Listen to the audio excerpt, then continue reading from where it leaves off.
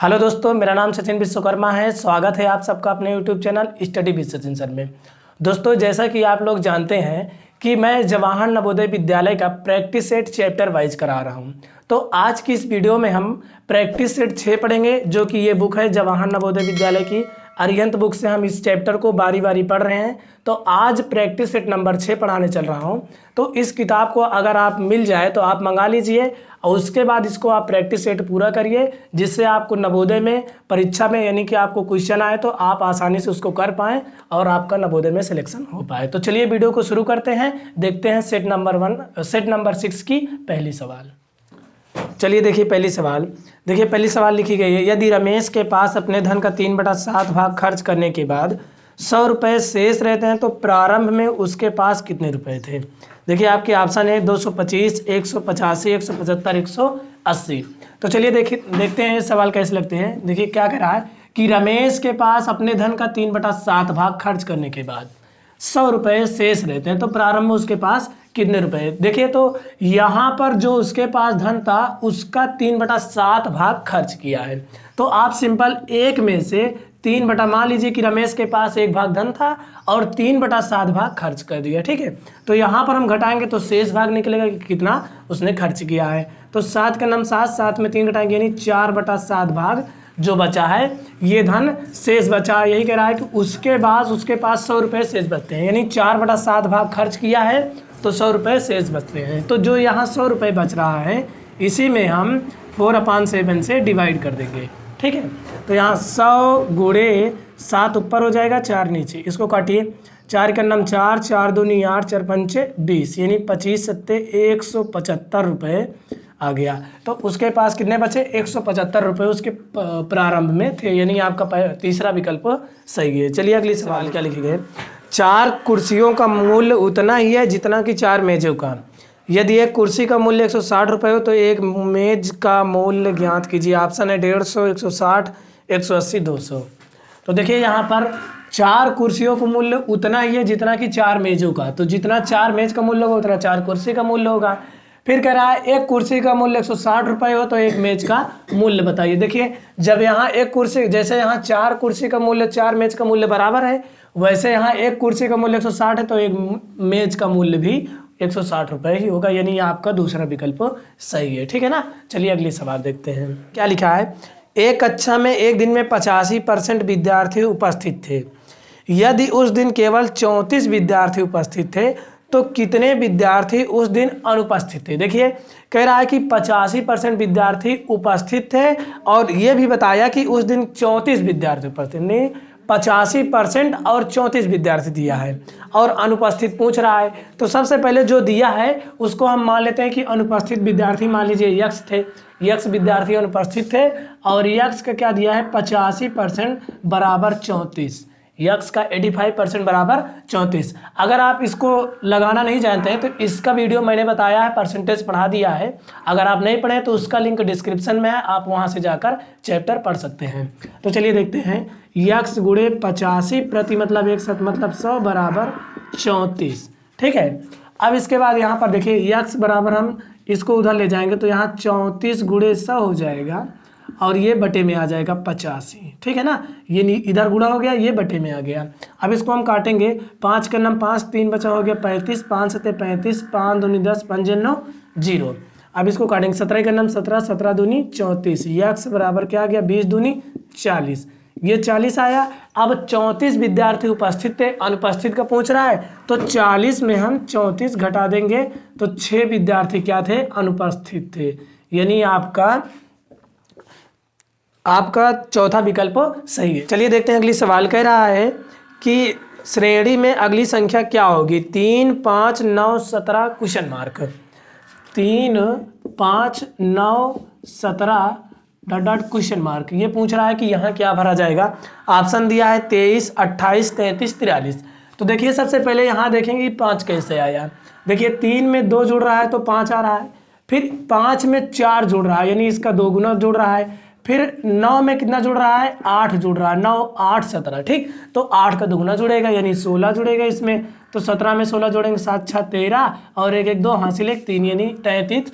इसके बाद 17 के बाद 33 भरा जाएगा, यानी आपका ऑप्शन नंबर 3 बिल्कुल सही आंसर है। देखिए अगली सवाल कह रहा है कि राम ने 15 रुपये में 1 दर्जन कलम बेचने पर 25% का लाभ अर्जित किया। 12 रुपये में 15 कलमों को बेचने से उसे कितने प्रतिशत की हानि होगी? ऑप्शन है 10, 15, 20, 25। तो देखिए यहाँ पर सबसे पहले कि कह रहा है राम ने 15 रुपये में 1 दर्जन कलम बेचा तो उसको 25% का लाभ हुआ। 15 रुपये में 1 दर्जन कलम बेचा यानी 12 कलम बेचा। तो सबसे पहले हम 1 दर्जन कलम का क्रय मूल्य निकालेंगे। 1 दर्जन कलम का क्रय मूल्य, तो समझ में आएगा कि आगे क्या होगा। 1 दर्जन कलम का क्रय मूल्य देखिए कैसे निकलेगा। 15 रुपये में 1 दर्जन कलम बेचने पर 25% का लाभ अर्जित किया। देखिए 15 रुपये में 1 दर्जन कलम बेच रहा है, ठीक। तो यहाँ पर हम जो 25% का लाभ है पहले उसको हम देख लेंगे। 15 × 100 / 100 प्लस 25 कर देंगे, ठीक है ना।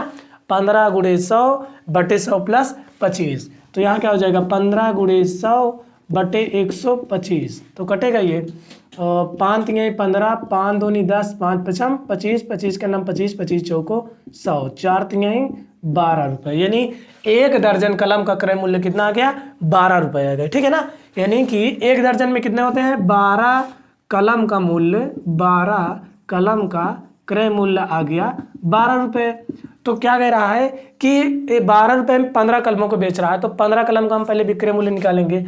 तो यहाँ पर 15 कलम का विक्रय मूल्य क्या होगा? 15 कलम का पहले क्रय मूल्य 12/12 × 15, क्योंकि 1 का 1 होगा तो 12 का 12 होगा, तो 15 का यानी 15 रुपये होगा क्रय मूल्य। 15 कलम का क्रय मूल्य 15 रुपये आ गया। तो कह रहा है कि 12 रुपये में 15 कलमों को बेचता है, यानी कि 15 कलम को 15 रुपये में खरीद रहा है, लेकिन वो 15 रुपये में 12 कलमों को बेच रहा है।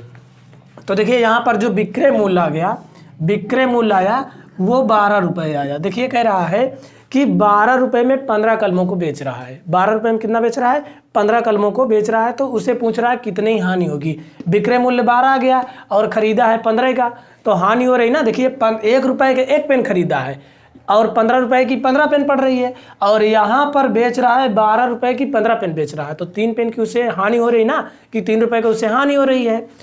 तो यहाँ पर हम हानि बराबर सूत्र लगाएंगे विक्रय माइनस क्रय, यानी 15 में से 12 घटाएंगे, 3 रुपये की उसे हानि हो रही है, ठीक है ना। अब पूछ रहा है कि हानि प्रतिशत बताइए। तो हानि प्रतिशत का आप फार्मूला जानते हैं कि हानि बटे क्रय मूल्य। क्रय मूल्य कितना है? देखिए यहाँ पर 15 रुपये है, 15 लिखेंगे इंटू 100%। 3 का नाम 3, 3 × 5 = 15, 5 का नाम 5, 5 दूनी 10, 5 9 0, यानी 20% की उसे हानि हो रही है, ठीक है ना। आपका ऑप्शन नंबर 3 बिल्कुल सही आंसर है। चलिए देखिए अगली सवाल कह रहा है कि ए बी का 5 गुना है तो ए बी से कितने % अधिक है? ऑप्शन दिया 600, 700, 500, 400। तो चलिए देखते हैं। देखिए ए है, मान लीजिए ये क्या है? बी है, ठीक है। तो कह रहा है ए बी का 5 गुना है, यानी कि अगर बी 1 होगा तो ए कितना होगा? 5 गुना होगा, ठीक है ना। तो अब देखिए कि ए इससे कितना ज़्यादा है। इन दोनों का अंतर कितना हो रहा है? 4 हो रहा है। कितना ज़्यादा हो रहा है? 4 हो रहा है। और बटे कर दीजिए जिसका पूछ रहा है, कौन? ए पूछ रहा है ना कि ए बी से कितना % अधिक है, तो बी का पूछ रहा है। यहाँ 1 कर देंगे इंटू 100% बराबर क्या हो जाएगा? 4 × 4, यानी 400% भी ज़्यादा, यही आपका उत्तर है, ठीक है। चलिए अगली सवाल देखते हैं। कह रहा है ए की आय 20%, बी की आय 30% के बराबर है, दोनों की सम्मिलित आय 3000 हो तो ए की आय क्या है? ऑप्शन है 2700, 1800, 5900। देखिए कह रहा है ए की आय बी की आय की 30% के बराबर है। यहाँ मान लीजिए ए, यहाँ मान लीजिए बी। जो बी की है वो ए की आय होगी, यानी 30% इसका होगा और 20% इसका होगा। ये रेशियो है, ठीक। और दोनों को टोटल दिया है 3000 और हमसे ए की पूछ रहा है, तो यहाँ क्या होगा? 3000, 30 × 3000 और बटे दोनों का योग 30, 20, 50। ये 0 से 0 कट गया। 5 का नाम 5, 5 × 30, 36 × 18। ए की आय कितना आ गई? 1800। अगर बी की आय कहता तो यहाँ 20 × इतना लिख देते, ये आ जाता, ठीक है ना। चलिए अगली सवाल देखते हैं। कह रहा है किसी समय मध्य प्रदेश की जनसंख्या पहले वर्ष 10% बढ़ गई तथा अगले वर्ष 10% घट गई। प्रारंभिक जनसंख्या बताइए यदि दूसरे वर्ष के अंत की जनसंख्या 99,000 हो। देखिए जब इस तरह सवाल आए, देखिए मान लीजिए कि पहले जनसंख्या क्या थी 100%, 100% थी।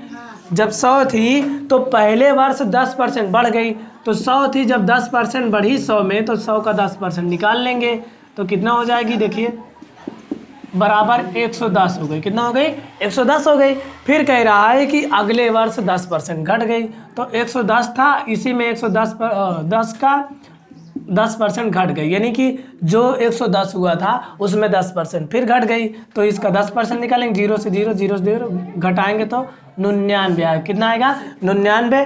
कह रहा है यदि दूसरे वर्ष के अंत की जनसंख्या 99,000 हो तो जनसंख्या बताइए, यानी पहले वर्ष की जनसंख्या कितनी थी। तो पहले हम 100 माने, तो 99 यहाँ हम लिखेंगे 100 गुणे जो दिया है टोटल 99,000 दूसरे वर्ष की, बटे में ये जो 99 ईयर्स, क्योंकि दूसरे वर्ष की पूछ रहा है, जब घटी तो पूछ रहा है पहले वर्ष की कितनी थी। यहाँ से हम इसको काटेंगे, 99 करना, 99 3 जीरो है, एक्स्ट्रा लगा देंगे, यहाँ 2 यहाँ 3, यानी 5 जीरो लग गया, यानी आपका ऑप्शन नंबर 4 बिल्कुल राइट आंसर है। ठीक है ना।